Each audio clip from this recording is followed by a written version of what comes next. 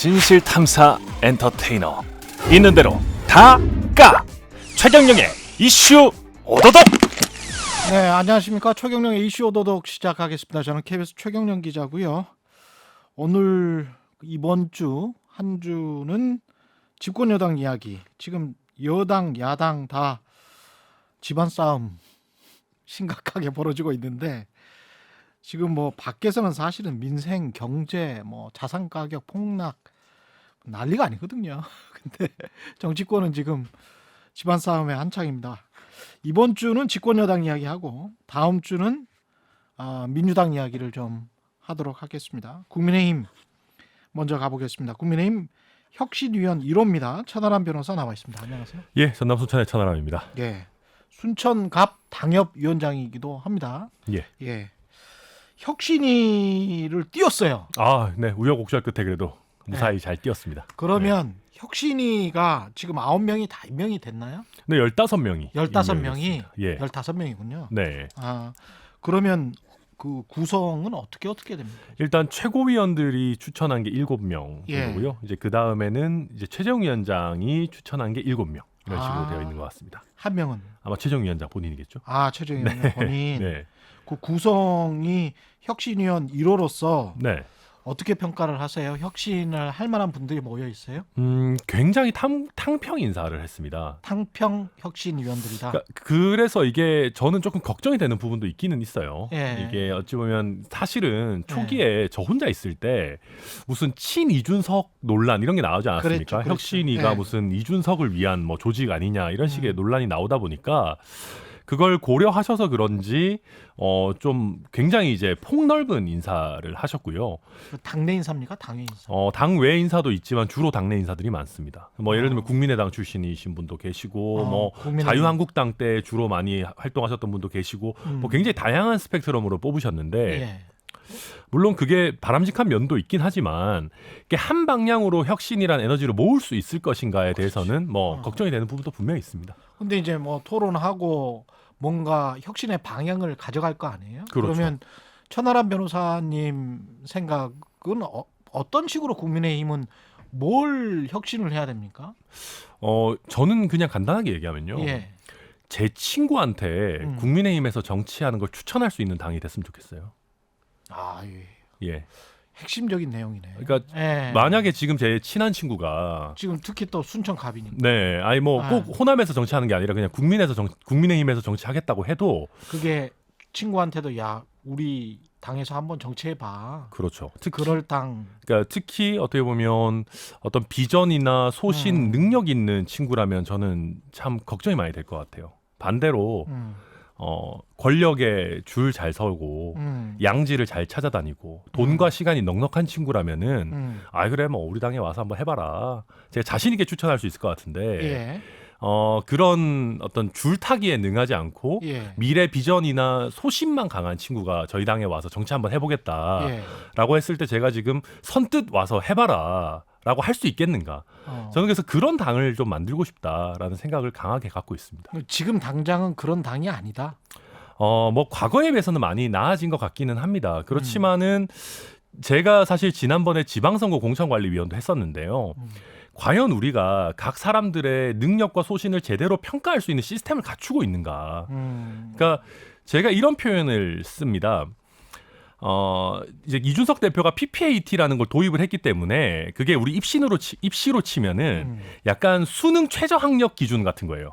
그렇죠. 예. 이거에서 하면 약간 이제 꽈락 같은 느낌인 건데. 60점은 맞아야 되는 거예요. 그럼요. 예. 근데 이제 예. 그 외에 평상시에 이 사람이 어떤 사람이고 어떤 활동을 했는지에 대한 내신 성적이 너무 없어요. 그렇겠죠. 예, 제가 이제 심사를 하려고 이제 들어가서 봐도 내신 성적이 있어야 이 사람이 지역사회에서 어떤 공헌을 했고 당에 어떤 도움이 되고 이런 걸 알 거 아닙니까? 예. 그게 없으니까 지금은 뭐만 보고 공천을 하냐면은 약간 교장 선생님 아니면 내지는 담임 선생님 역할을 하는 당협위원장이나 해당 지역 국회의원의 추천서만 보고 저희가 공천을 하게 돼요. 아이고. 국민의힘도 민주당이랑 비슷한 어떤 기득권 유지 체제가 있는 거네. 있는 거죠. 그러다 보니까 네. 뭐 제가 이제 만약에 친한 친구가 국민의힘이든 민주당이든 지금 시스템에서 연줄 뚜렷한 뭐 황금 동아줄 없이 와가지고 정치를 하겠다라고 했을 때 누구 큰 국회의원이나 뭐 정치를 그렇죠. 잡는 거. 네, 그런 어떤 그게 없이 와가지고 내가 내 능력만으로 한번 뚫어보겠다라고 했을 때 이게 쉽사리 제가 선뜻 야 그렇게 해봐라 우리 잘해보자 이럴 수 있는 형태인지는 솔직히 저는 지금 의문입니다. 근데 그런 생각을 가지게 된 게 혹시 최근에 네, 이준석 대표에 대한 그 징계 논란 네. 이게 좀 영향을 미쳤습니까? 그런 부분도 어느 정도는 있는 것 같아요. 그러니까 네. 물론 저는 이준석 대표가 객관적으로 잘못을 했고 그 잘못을 했다는 거에 대한 팩트가 명확하면 당연히 뭐 거기에 대한 책임을 져야 되겠죠. 근데 이제 뭐 이런 확실한 어떤 팩트가 나오지 않은 상황에서 이준석 대표가 많이 흔들리는 걸 보면 그러니까 저나 당에서 정치하는 좀 젊은 사람들은 어떤 생각을 하냐면 이게 대선 지선을 다 이기는 어마어마한 억적을 냈는데도 당내에서 세력이 없고 나이가 상대적으로 어리고 중진이 아니고 이러면 별로 인정 못 받는 거 아닌가? 충성을 해봐야. 그러니까요. 그러니까 어마어마한 성과를 내봐야 예. 그럼 뭘 더 이상 해야지 인정을 받는 건가? 그러니까 능력으로 과연 평가받을 수 있는 정당인가라고 하는 거에 대해서 뭐 저는 뭐 그렇게까지는 모르겠습니다만은 특히 제 또래의 저희 당의 젊은 친구들은 걱정하는 뭐 목소리가 사실 적지 않습니다. 그러네요. 이게 지금 특히 이제 혁신의 방향과 관련해서 어떤 당이든 그런 생각을 할 것 같습니다. 당이건 조직이건 자유롭게 의사소통을 하면서 그 조직 내에서 최고로 괜찮은 인재가 어떤 가장 적임의 자리에 가서 네. 그러면서 조직과 함께 조직의 가치와 방향을 이렇게 쭉 가는 그렇죠. 그게 이제 최고일 거 아니에요. 이상적인 거죠. 그리고 예. 그게 정당 같으면은 민심과도 부합하고. 그렇지. 예, 그게 핵심적인 거거든요. 그러니까 예. 저는 그 걱정인 게 그런 거예요. 그러니까 국민의힘이 어찌 보면 그러니까 금태섭 엔딩을 막을 수 있는 정당이냐. 그러니까 이제 과거에 저희가 선거 4연패를 할 때는 예. 저희 당원들이 절실했어요. 그래서 당원들이 본인들의 생각을 좀 내려놓고 민심을 따라가려고 노력을 했습니다. 그 결과 탄생한 게 사실 이준석 대표예요. 예. 그때도 당원들은 이준석 대표 별로 안 좋아했거든요. 근데 저 젊은 친구를 당대표 시키는 게 민심에 부합하고 선거에 유리할 것 같으니까 어쨌거나 뽑아다 쓴 겁니다. 그렇지. 근데 이제 선거 2번 이기고 먹고 살만해지니까 약간 과거 느낌으로 가는 거예요. 과거에 익숙한 느낌으로. 네. 그래서 뭔가 황교안 대표 같은 사람들 예. 지지층에만 호소 잘하는 사람들한테 다시 한번 당원들이 마음을 열면 어떡하나라는 걱정이 있고요. 그렇게 되면 당원들이 듣기 불편한 진실을 얘기하는 뭐 금태섭 전 의원이나 뭐 민주당 예를 들면 쪽에. 뭐 김혜영 예. 뭐 전 최고위원 같은 사람들이 예. 민주당에서 제대로 평가를 못 받듯이 저희 당에서도 마찬가지로 소신의 목소리를 내는 뭐 이준석 대표나 뭐 미미하지만 저 같은 사람들이나 상대적으로 최근에 당에 들어온 뭐 나는 국대다 출신의 대변인들이나 이런 친구들이 민심을 얘기한다라고 했을 때 그걸 우리 당에서 제대로 소화해낼 수 있을까 하는 그런 예. 걱정이 실제 되죠. 그래도 이제 기성의 그 정치인들도 국민의힘 국회의원들도 그런 이야기는 했었거든요. 그러니까 선거 끝나고 나서도 우리가 잘해서 네. 이번에 이긴 게 아니고 대선 때도 그랬고 지방선거 때도 그랬고 민주당이 계속 헛발질해서 네. 그러니까 민주당도 사실은 4번 연속 이겼을 때 그 이야기는 그 공치레처럼 했어요. 그렇죠. 사실 지난 총선에서 대승했을 때도 예. 당시에 이낙연 선대위원장이 너무 흥분하지 말라고 그렇지. 이렇게 자제시키고 그럴 정도였죠. 사실. 근데 행위나 그 이후에 이제 뭐 이것들은 헛발질을 한 거고 그 네. 헛발질이 상대편에 이제 유리하게 돼서 또 이렇게 된 그럼요. 거잖아요. 그러니까 말로는 네. 겸손을 얘기하지만요. 네. 권력은 겸손이 없습니다. 권력을 잡게 되면. 왜냐하면요. 보십시오. 저희가 지금 이준석 대표가 혁신이 띄우면서 공천개혁 조금 얘기했는데 여기저기서 왜 그걸 지금 손대느냐 막 튀어나오잖아요. 그렇지. 무슨 얘기냐면은 공천 개혁하지 말고 나중에 줄 잘 서가지고 지금 기득권에 유리한 시스템을 그냥 지금 유지하자. 시스템이 좋은 거구나. 좋은 거죠. 국회 이미 들어와 계시고 지금 시스템이. 어쨌거나 뭐 친윤 모임 같은 거에 가입할 수 있고 이런 분들 입장에서는 이걸 뒤흔드는 게 좋을 리가 없는 거예요. 아니, 당연히 그렇잖아요. 지난번에 뭐 민들레 파동처럼. 그렇죠. 그러니까 제가 뭐 민들레가 꼭 그 목적이라고 그 목적은 단정은 아니겠지만. 아니겠지만은 그러니까 이미 기득권과 가까운 분들은 자 보십시오. 사실 공천 시스템 손대지 말고 차기 당대표가 할 건데 왜 그러냐라고 하는 얘기는 뭐냐 하면 좀 우리가 세게 얘기하면은 차기 당대표의 공천 지분권을 손대지 말라는 얘기예요. 그러네. 그렇잖아요. 그러네. 그럼 차기 당대표한테 사천을 할 수 있는 권한을 주자는 얘기 아닙니까? 냉정하게 얘기하면. 그럼 과거로 돌아가자는 이야기. 그건 그 얘기죠. 차기 당대표가 누가 될지 모르지만 뭐 나는 이미 당내의 기득권이고 줄 잘 설 수 있다. 신인들은 그럼 줄 어떻게 서요?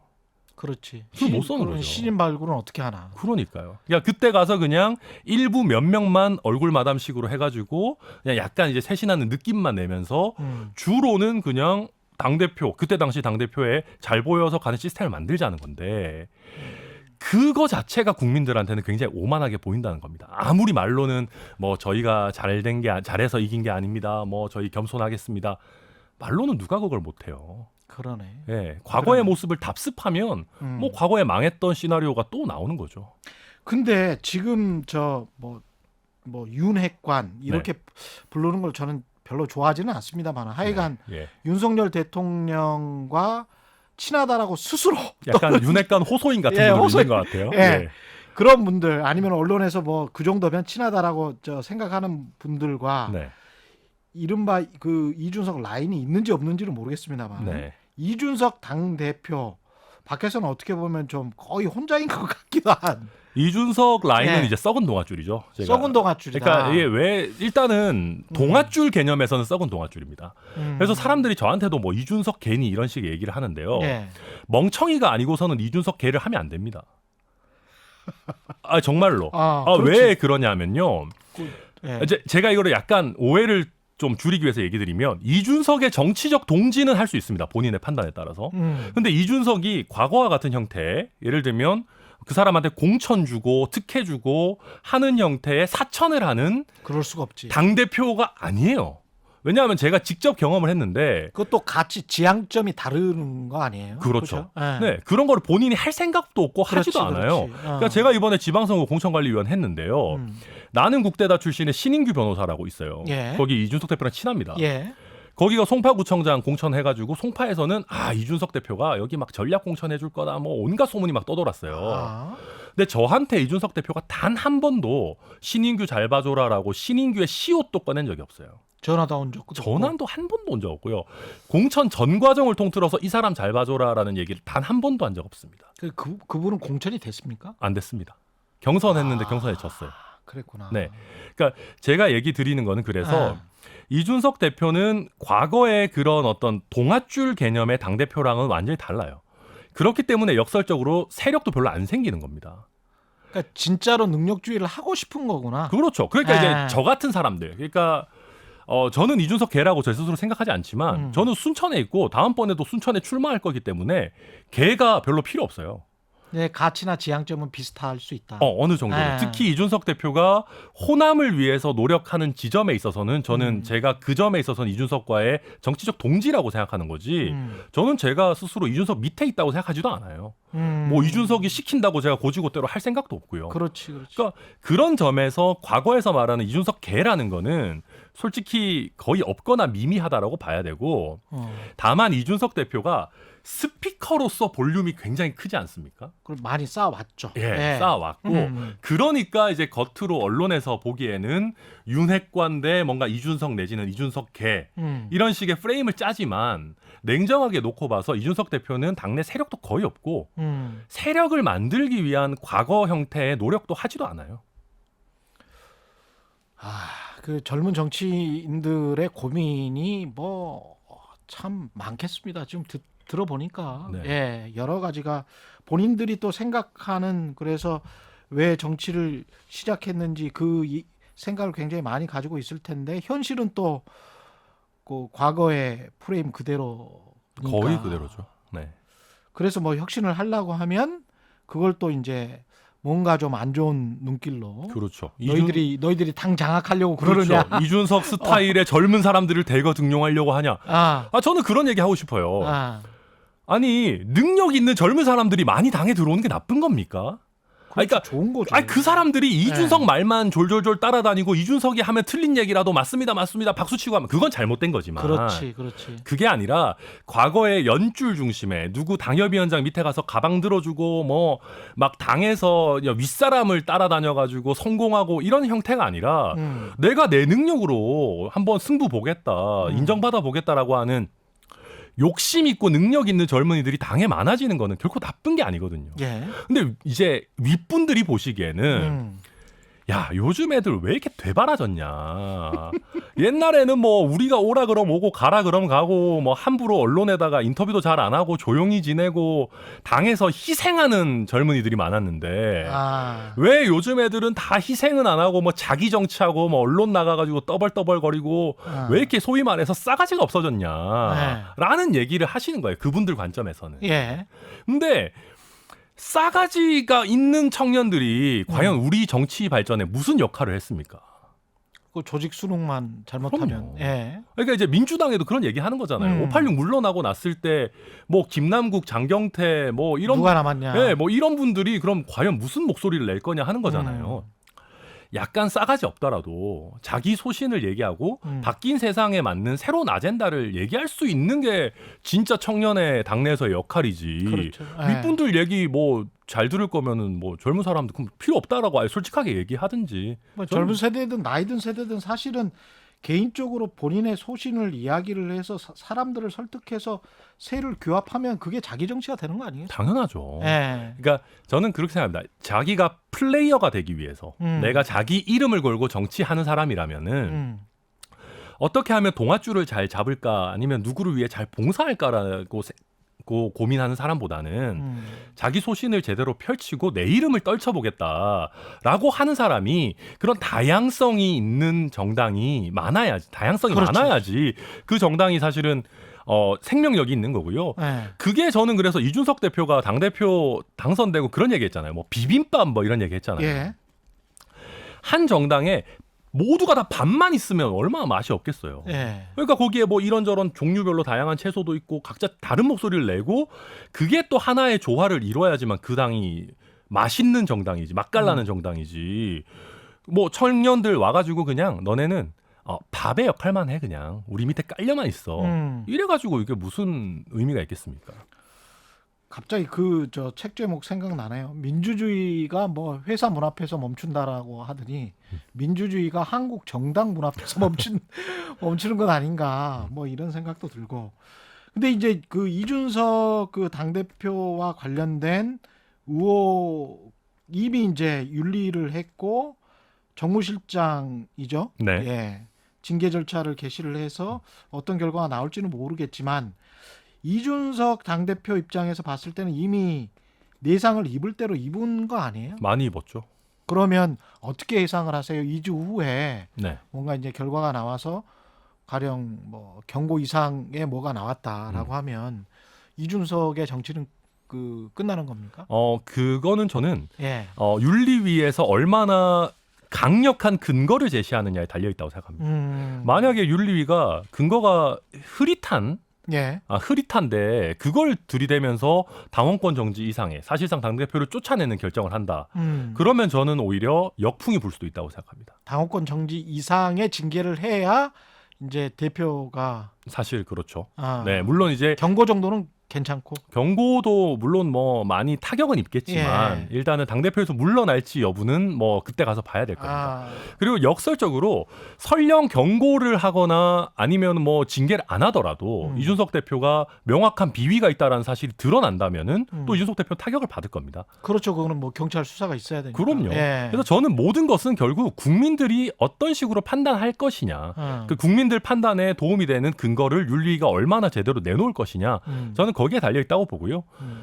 저는 이준석 대표가 만약에 미미한 근거를 가지고 징계를 당한다.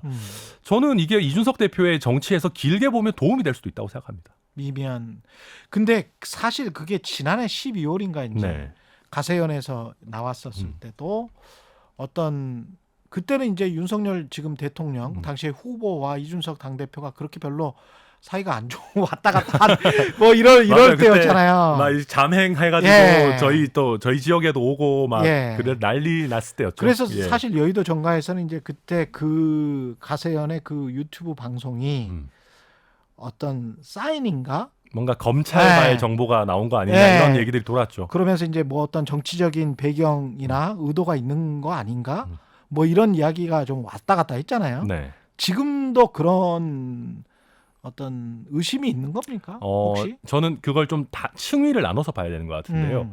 저는 대통령이 이준석 대표를 죽이려고 한다. 내지는 음. 아직까지 그때 앙금이 남았다라는 거에는 동의하지는 않습니다. 왜냐하면 예. 일단 그러니까 윤석열 대통령이 이준석 대표를 대할 때 보면 막 그렇게 나빠 보이지 않아. 오히려 되게 친근해요. 네. 그리고 저는 윤석열 대통령이 그 정도로 연기를 잘한다고 생각하지는 않습니다. 막 그 정도 연기를 잘하면 저는 연기 대상 줘야 된다고 생각하는데 예. 예, 그 정도의 예. 연기력이 있다고 생각하지는 않고 아. 그리고 어찌 됐든 이준석 대표는 윤석열 대통령 입장에서 당선에 일조를 한 사람입니다. 그렇죠. 예, 그 아. 우여곡절을 겪었더라도 그리고 윤석열 대통령이 그 이준석 대표와 함께 유세를 할 때 굉장히 많은 사람들이 와서 성원해주고 막 2030 친구들이 와서 같이 사진 찍자고 하고 이런 걸 직접 경험해봤거든요. 그렇지, 봤지. 그러니까요. 그러면 윤석열 대통령 입장에서는 사실 정권 교체의 완성이라고 하려면은 2년 뒤에 총선을 이겨야 돼요. 그다음에 이제 성공한 정부가 되는 거. 정부가 돼야죠. 아. 아니 그러니까 2년 뒤에 총선 지면 냉정하게 말하면 아무것도 제대로 못 해보고 그냥 5년 있다 끝나는 겁니다. 그렇죠. 그러면 제가 윤석열 대통령이라면은 음. 그래도 이준석 대표를 같이 안고 가가지고 차기 총선에서도 국민의힘이 좋은 이미지 가져가고 좋은 성과를 내는데 저는 같이 협력할 것 같거든요. 그래야 국정이 좀 순탄하게. 그럼요. 예. 이게 이제 이준석 대표가 예뻐서가 아니라 본인의 이해관계에 따르더라도 저는 그렇게 판단할 거라고 생각해요. 그럴 것 같네요. 예. 네. 근데 이제 여기 층위가 좀 하나 달라지는 거는 제가 당내에서 듣는 얘기도 윤석열 대통령은 그때 당시 일에 대한 앙금이 없는데 당시 이제 소위 말하는 윤핵관이라고 하는 분들이 밑에 분들이 이제 윤석열 대통령의 의지를 좀 오해하고 있거나 아니면 당시 이준석 대표가 본인들을 곤란하게 했던 거에 대한 앙금을 좀 갖고 계신 게 아닌가. 그럴 수 있어요. 라는 이제 의구심을 갖고 예. 계시는 분들이 당내에 있어요. 예. 그런 에너지들이 혹시 지금 여러 가지로 표출되는 건가? 게다가 이런 상황에서 예. 이준석 대표가 무슨 공천 개혁까지 하겠다 이러니까 꼴보기 싫은 건가? 야씨 우리가 힘들게 정권 교체해가지고 이제 우리 세상인데 뭐 이준석 저 꼴보기 싫은 친구가 계속 혁신한다 그래. 뭐 혁신한다 그러고 뭐 당 공천 시스템 개혁한다 그러고 이러니까 저는 그런 것들이 좀 맞물린 어떤 에너지가 있는 게 아닌가라는 의심이 듭니다. 솔직히. 게다가 이제 야당이 된 민주당에서 최강욱 그 중징계를 했잖아요. 네. 그러면 당원권 정지 뭐 6개월 이렇게 했으니까 그것도 좀 영향을 미칩니까? 뭐 어느 정도는 정치적으로는 영향을 미칠 수는 있겠죠. 근데 네. 저는 구분을 해서 봐야 되는 게 저는 만약에 이준석 대표가 그 최강욱 의원이 했던 것처럼 공식 회의석상에서 아무리 뭐 화상회의라 해도 쌍디급 발언 같은 걸 했고 거기에 대한 증인들이 있다고 그러면 당연히 징계해야죠. 대표라도. 근데 최강욱 의원과 이준석 대표의 케이스가 다른 거는 최강욱 의원은 최근의 일이고 그 최근의 일을 목격한 믿음직한 증인들이 많습니다. 민주당 보좌진들이 증인이지 않습니까? 또 자기 당에 어찌 보면 이해가 반하는 증언들을 하고 있고 신빙성이 높죠. 근데 이준석 대표는 성상납이라는 그 본체는 굉장히 오래전에 있었던 일이에요. 그리고 지금 뭐 김철근 실장의 행동 뭐 이런 얘기들이 나오지만 이걸 과연 이준석 대표가 직접 개입했는지에 대해서는 아직 확실한 증거가 안 나온 상황이거든요. 그렇기 때문에 이거를 그냥 1차원적으로 최강욱 의원도 강한 징계했으니까 이준석 대표도 강한 징계해야 된다. 그러기에는 두 개의 사건을 뒷받침하는 그 증거의 어떤 층위 자체가 저는 굉장히 다르다. 예. 저는 그렇게 보고 있습니다. 그래서 굳이 꼭 거기에 정무적으로 끌려갈 필요가 있나라는 생각도 갖고 있습니다. 국민의힘도 지금 이준석 당대표에 관한 앞으로의 공천 그 여러 가지 생각을 많이 하게 하네요. 근데 이제 게다가 이제 집권 여당이기 때문에 정부도 또 잘해야 또 집권 여당도 네. 뭔가 스무드하게 부드럽게 잘 돌아갈 텐데 윤석열 정부는 지금 이제 2달이 좀 안 됐는데 네. 어떻게 보세요? 굉장히 직진하는 정부죠. 직진한다. 네. 예. 그러니까 뭐 저는 그렇게 생각합니다. 이제 예를 들면 검찰 출신 좀 많이 등용할 수도 있고요. 왜냐하면 대통령이 검사 출신이시니까 본인이 이미 알고 또 잘 능력을 평가하는 사람들을 쓸 수 있습니다. 예. 그리고 뭐 경찰국 신설 같은 것도 저는 할 수 있다고 봐요. 근데 이게 저는 정권 초기에 너무 이 권력 기관과 관련한 정무적인 메시지들이 많이 나오고 있다. 그러니까 이게 이제 냉정하게 하나하나 뜯어봤을 때 크게 문제냐 아니냐는 차치하고 저는 동의하는 지점들도 많아요. 윤석열 정부의 입장에. 예. 근데 조금 너무 직진하는 거 아닌가라는 저는 그 인상을 주거든요. 그러니까 지금 이제 말씀하신 것처럼 민생이 어렵고 뭐 저도 저희 와이프도 주식 많이 하시는데 꽤 요새 와이프가 많이 하시는 거 많이 하셔요. 근데 이제 뭐 저한테 요즘도 뭐 과거에도 그러셨지만 이유 없이 화를 많이 내시거든요. 근데 결국은 그날 보면 이제 주식 시장이 좀 떨어져 있더라. 그렇죠. 그러니까 그게 이제 많은 국민들이 이제 공통적으로 지금 느끼고 계시는 그런 상황 아니겠습니까? 예. 근데 이제 그런 것들을 봤을 때 좀 권력 기관과 관련한 얘기들이 좀 투머치인 거 아닌가라는 저는 우려를 사실 갖고 있긴 합니다. 그게 어떻게 보면 또 데자부처럼 연상이 되는 게 지난 문재인 정부에서 이제 개혁 아젠다가 많았잖아요. 네. 개혁 아젠다가 많았는데 그 가장 큰 실정이라고 할 수 있는 이제 부동산 가격 급등. 네. 과 관련해서 이제 여러 차례 정책이 나오고 본인들의 또 정치적인 개혁 아젠다가 이렇게 전면에 등장을 하니까 나중에 가니까 지지자들 사이에서도 좀 피곤하다. 그렇죠. 먹고 살기도 힘든데 뭔 놈의 검찰 개혁이냐 이렇게 되는 거거든요. 근데 이게 완급 조절이 좀 필요한데 그렇죠. 저도 그래서 가장 좀 크게 본 게 한 달 조금 넘었는데 근본적인 대책이 없다. 인플레이션에 관해서. 네.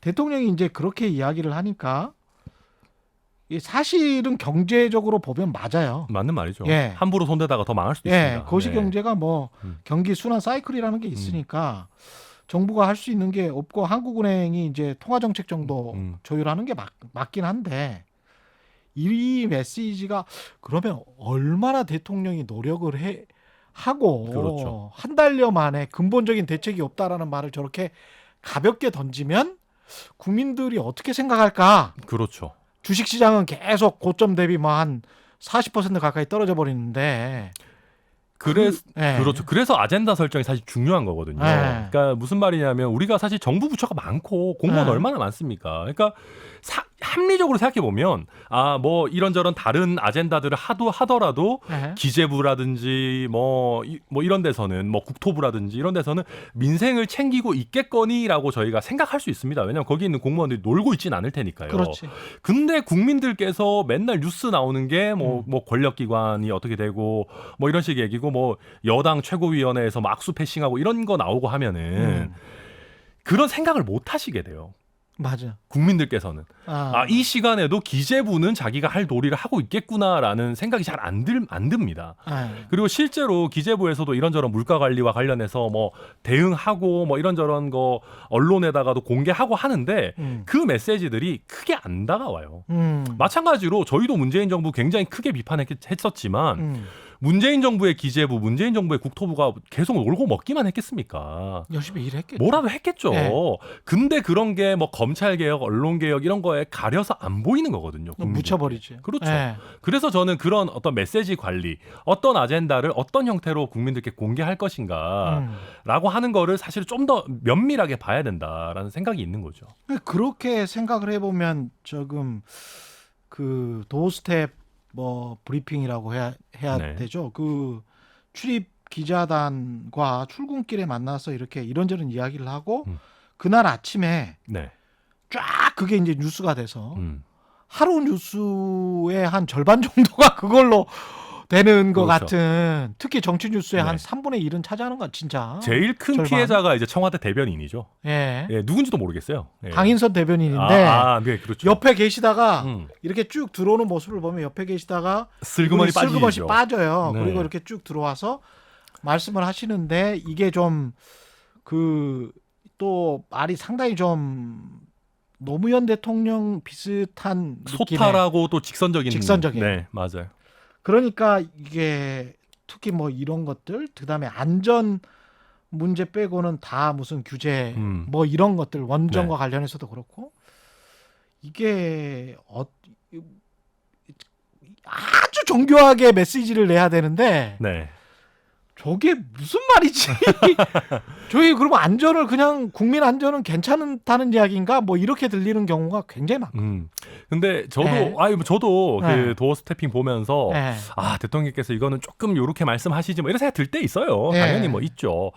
근데 그리고 또 한 가지의 부작용은 말씀하신 것처럼 현안이 너무 부각되는 면도 있습니다. 현안이 너무 네. 부각. 그리고 특히 그게 어떤 정치적으로 뜨거운 쟁점들이 그렇지. 예. 대통령께서 한마디 하시니까 이게 더 폭발성이 커지고 이런 점들이 있기는 있어요. 네. 근데 부작용이 있는데 저는 그런 부작용에도 불구하고 일단 대통령의 생각을 우리가 아는 것 자체가 플러스인데다가 저는 그거보다도 대통령이 무슨 말을 하느냐 보다도요.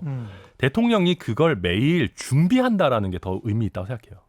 준비한다. 무슨 말이냐면 네. 대통령이 출근길에 야 오늘은 기자들이 나한테 무슨 질문을 할까? 그리고 나는 이거에 대해서 어떻게 답변할까? 어느 정도 미리 시뮬레이션을 머릿속으로 하시지 않겠습니까? 그렇죠. 그러면 기자들이 어떤 질문을 할 것인가를 고민한다라는 말은 항상 여론 흐름에 대해서 관심을 가진다라는 말이 되는 거거든요. 그런 면에서 저는 지금은 여러 가지 부작용도 있고 대통령의 말씀이 조금 다듬어지지 않게 나오는 단점이 있다 하더라도 예.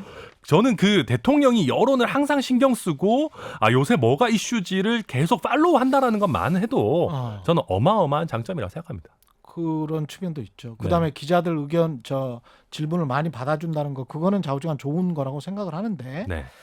근데 이런 거는 있는 것 같아요. 그러니까 국민들이 생각할 때 대통령은 뭐 어느 정부건 간에 어떤 국민 통합 그냥 단순히 그냥 행정부 수반의 의미는 만 아니죠. 두지는 아니거든요. 국가의 대표죠. 국가의 원수, 네. 국가의 대표라는 측면이 있고 그런데 이제 공무원에게 주는 메시지도 보세요. 우리 장관이 뭐 인사를 했으니 잘했겠지. 뭐 네네. 그 여기에서 우리 한동훈 장관 이런 뭔가 꿀이 뚝뚝 떨어지는 꿀이 느낌이죠.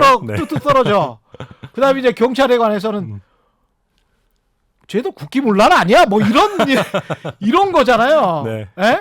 그러면 안 그래도 이제 검경 대립이 있고 또 지금 검찰 출신이시고 검찰 네. 출신이고 그다음에 이제 문재인 정부에서 검찰 견제, 검찰 권력 견제를 했고 그러면서 이제 수사권 가지고 경찰과 검찰이 대립을 했었고 그런 상황에서 이런 메시지. 또 이제 서해 공무원 피습 사건이랄지 피살된 공무원들 네. 이게 계속 정치적인 것들 있잖아요. 그렇죠.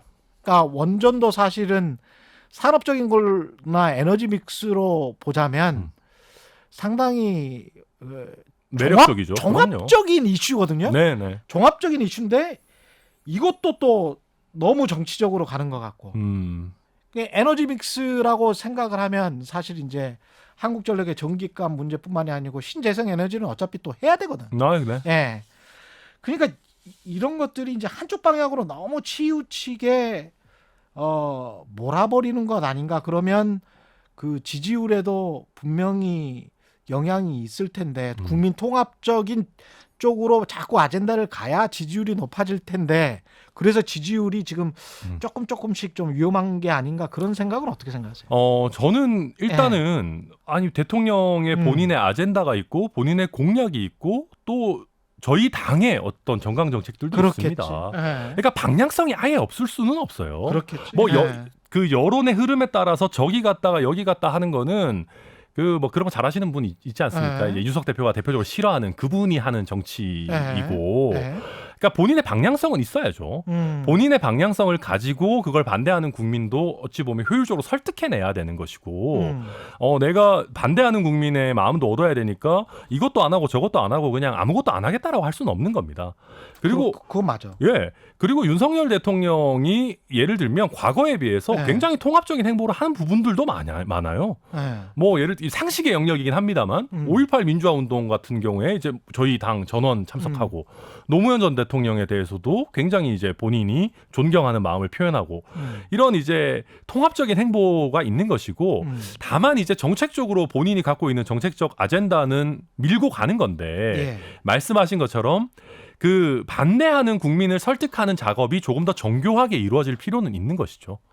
아니 그 다음에 한 가지 네. 더 말씀을 드리자면 여쭤보자면 이런 거 있는 것 같아요. 그러니까 사실 지금 국민들이 제일 걱정하는 거는 물가 상승이에요. 그렇죠. 인플레이션이고 혹시 지금 주식 시장도 많이 하락했고 코인도 많이 하락했지만 그리고 또 열성적으로 지지했던 이대남들은 다 코인 했던 사람 다는 아니지만 다는 아니지만 예, 네. 많이 했단 말이에요. 그 부동산 시장도 지금 간단한 문제가 아니잖아요. 네. 그 인플레이션, 자산 가격의 폭락, 그 다음에 미중 갈등으로 한국의 수출이나 수입이 상당히 지금 위험해지고 있는 상황이잖아요. 네. 러시아 우크라이나 전쟁.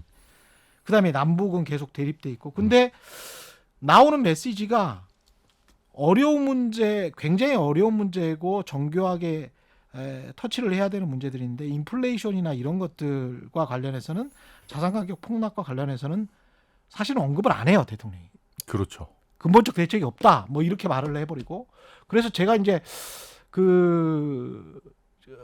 뭐랄까요? 그 어떤 흐름을 볼 때 아주 중요하게 생각하는 게 부동산 커뮤니티의 그 어떤 글들. 예, 여론. 그 다음에 삼성전자 주식 토론방을 봐요. 왜냐하면 거기는 중산층 이상들이에요.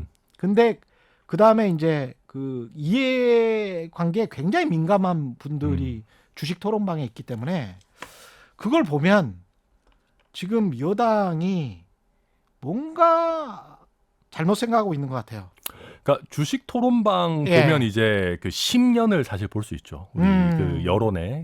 내지는 진짜 말 그대로 자산 투자를 하시는 분들의 10년을 깨뜨려 볼 수 있어서 예. 되게 중요한 부분인 건 맞습니다. 근데 예. 다만 저는 윤석열 대통령이 그렇다고 해서 대책이 없습니다 이러고 그냥 그렇게만 하고 있다고 생각하지 않아요. 그 무슨 수를 써서라도 뭐 아무튼 모든 역량을 총동원해서 해야 된다라고 하고 뭐 하는 경우도 굉장히 많으시고 그때 지방선거 이긴 날이었나? 저는 그게 그날이 도어 스태핑 중에 제일 마음에 드는 날 중에 하나였는데 예. 아니 지금 뭐 물가 오르고 뭐 하고 해서 먹고 살기가 힘든데 뭐 지방선거 이긴 게 뭐 대수입니까? 이런 식의 이제 그렇죠. 예. 그 다음 날인가 뭐 네, 예. 네. 메시지도 예. 내시고 그러셨는데 그런 것들 보면 추경호 경제부총리를 중심으로 해서 경제팀도 아마 최선의 노력을 다 하고 있을 겁니다. 그래서 대통령도 거기에 힘을 많이 실어주고 있고요.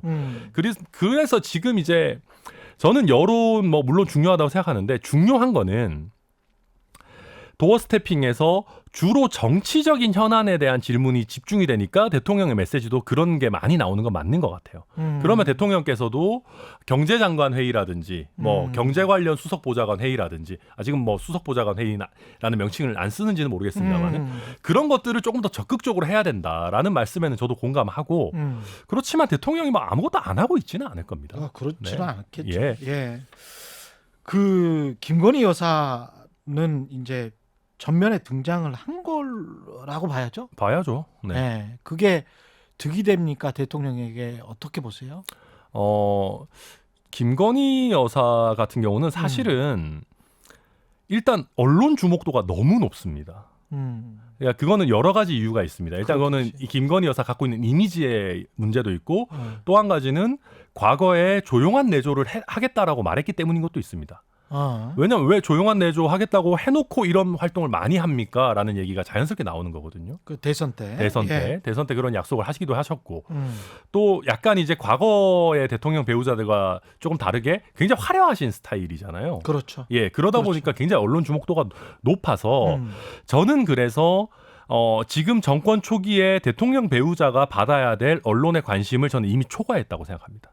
이미 초과했다. 이미 초과했다. 그거는 김건희 여사의 탓이라는 게 아니라 그냥 현실이 그런 거예요. 어쩌다 보니. 예. 그러니까 과거 대통령 배우자들 만나가지고 인사하고 덕담 듣고 영부인의 역할에 대해서 얘기 듣고 할 수 있어요.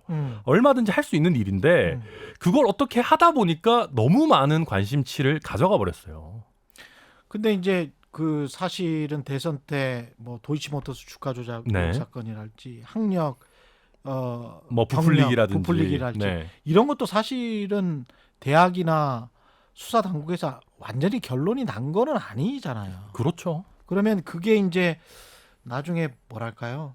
이렇게 너무 이렇게 쭉 올라왔다가 대통령 부인으로서 이렇게 쭉 올라왔다가 언젠가 이제 대통령 지지율이 좀 안 좋거나 네. 어떤 뭔가 다른 뭐 실마리가 난관에 부딪힐 네, 때, 네. 난관에 부딪힐 때 뭔가 야 이런 게 새로운 뭐가 팩트가 나왔어라고 할 때 이제 대단한 역풍을 맞게 될 수도 있는데 그런 거는 걱정이 안 될까요? 대통령 그래서 좀 체계적으로 좀 부속실을 만든달지 네. 그래서 지금부터라도 5년을 대비를 해야 된달지 뭐 이런 생각은 안 할까요? 여당에서? 하시겠죠. 예. 여당에서도 당내에서도 하고요. 그리고 이제 지난번에 그 봉화마을 갔을 때 뭐 사적인 인연을 가진 사람이 뭐 같이 수행을 하고 이런 부분 문제 되지 않았습니까? 예. 그런 면에서 이제는 조금 더 체계적인 관리를 하려고 한다고 저도 알고 있고 실제 저희 국민의힘의 보좌진 출신이 대통령실에 이제 가서 수행을 이미 하고 있는 걸로 알고 있어요. 그래서 그래요? 그러니까 뭐 제2부속실 같은 이제 거창한 기구를 만들지는 않겠지만 당연히 어느 정도는 뭐 보좌를 할 뭐 그런 계획으로 저도 알고 있고요. 네. 이제 저는 기본적으로 그렇습니다.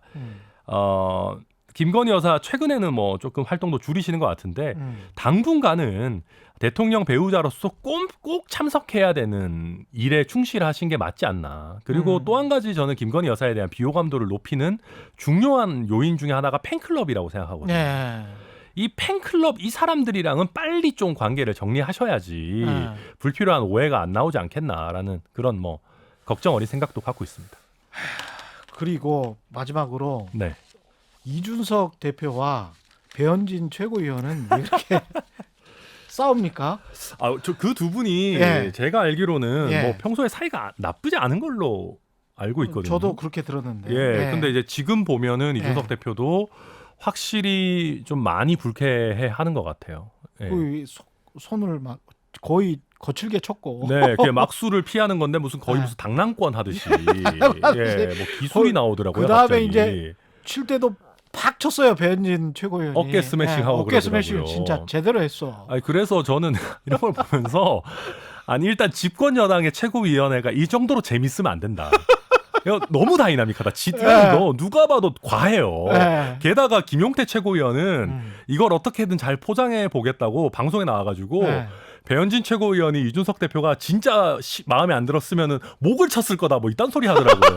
그래서 제가 김용태 최고위원도 강수로. 예, 정신 차려야 된다 지금. 근데 어쨌거나 제가 생각했을 때는 이게 이준석 대표한테 물어본 것도 아니고 저도 뭐 소통한 건 아니지만 당내 일가가 어떻게 보냐면 배현진 최고위원이 당내 중진들을 대신해서 대리전에 나선 것 아니냐라고 보는 분들이 꽤 있어요. 그러니까 정진석 부의장 같은 경우에 너무 연배 차이가 많이 나고 괜히 이제 대립을 했다가 뭐 약간 선배 논란, 뭐 좀 나쁘게 얘기하면 꼰대 논란 같은 것들이 있지 않았습니까? 예.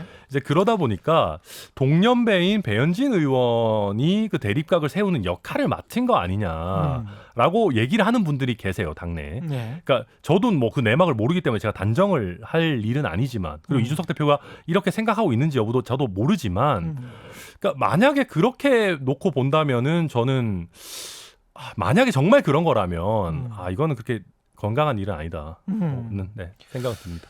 그리고 아까 이제 모두의 혁신 이야기를 우리가 했기 때문에 마지막 그 이야기를 좀 여쭤봐야 될 것 같아요. 그 집권 여당의 프리미엄이 있고 지방선거까지 이겼고 그 국회의원 선거까지는 뭐 한 2년 남았기 때문에 네.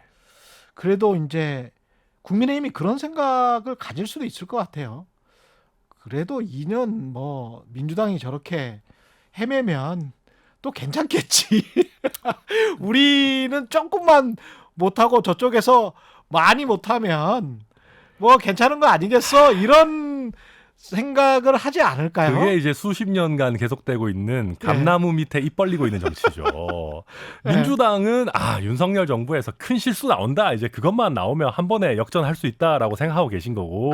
그런 것 같고. 예. 뭐 저희는 또 뭐 이재명 의원이 당 대표 돼가지고 뭐 거기 저기에서 검찰이나 경찰 수사해서 뭐가 더 밝혀져서 사법 리스크 터져서 예전에 조국 수호 했듯이 제명 수호 나오고 뭐하고 하면은 또 그럼 국회의원 그냥 거저 먹을 죽는다. 거저 줍는다. 막 그런 식의 생각들을 제가 봐도 하고 있는 것 같아요. 그럼 뭔가 좀 꿈꾸기가 있을 것 같아요. 네, 전부는 아니겠지만 예. 물론 훌륭한 분들도 계시겠지만 예. 그런 썩어 빠진 생각을 갖고 있는 분들이 양당에 모두 있는 것 같고요. 근데 예. 그래서는 안 된다. 예. 예, 당연히 국민들이 그거 딱 느껴지거든요. 그리고 예. 그 느껴지는 거에 대한 척도가 사실은 혁신입니다. 그 맞아요. 예. 예. 그러니까 예를 들면 저희 당도 그냥 계속 그 나물에 그 밥으로 그냥 뭐 대충 어디 줄 잘 서는 사람들 주르르 공천하면 겉으로 저희가 뭐 처절합니다. 저희가 뭐 뼈를 깎는 쇄신을 했고 여당으로서 일할 수 있는 기회를 주십시오. 국민 여러분 간곡히 호소합니다. 말은 싼 겁니다.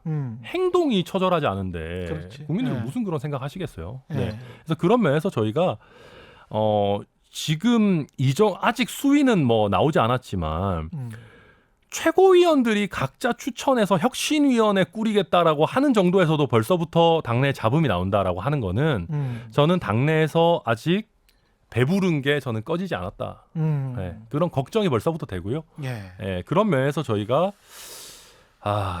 이 기득권의 배부름 때문에 정작 우리 당을 통해서 진출해야 되고 국민들께 좋은 모습을 보여주셔야 되는 신인들이 저는 손해를 보시지 않도록 예. 저는 그런 뭐 제가 아직 미력하지만은 그런 역할을 조금이라도 하고 싶다. 뭐 그 생각 갖고 있습니다.